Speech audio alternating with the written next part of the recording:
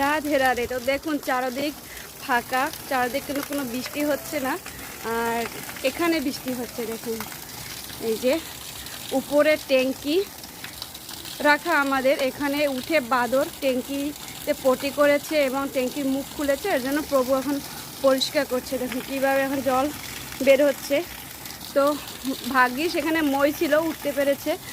আর প্রভু ঘরে গিয়ে বলছে যে বাথরুমে মানে ট্যাঙ্কিতে পটি করেছে বাদরে, এখন এখানে বাদর আসা শুরু করেছে। খুব মুশকিল, এখানে জামা কাপড় শুকিয়ে দিতে পারবো না, খুব অসুবিধা হয়ে যাবে। এখন কি হবে জানি না। কত সুন্দরভাবে ট্যাঙ্কিটা রেখেছি ওখানে, ওখানে যদি বাদর ওঠে। আর ট্যাঙ্কির ঢাকনা খুলে ফেলেছে। আর আমিও এসেছি, প্রভু বলেছে তুমি চলো। তো ঘরে কাজকর্ম করে আবার চলে এসেছি, প্রায় সন্ধে হয়ে এসছে। আমাদের এখানে 1:15টার সময় সন্ধে হয়। আর এই যে চাঁদ উঠে গিয়েছে। আর এখানে আমার খাবার আছে, এই যে খাবার নিয়ে এসেছি। সকালে করেছিলাম চিড়ের পোলাও, এটা দিয়ে বাল্যভোগ লাগিয়েছিলাম। তো প্রভু সকালে পাইনি, এর জন্য রয়ে গিয়েছে, এটা এখন আমি খেয়ে নেব।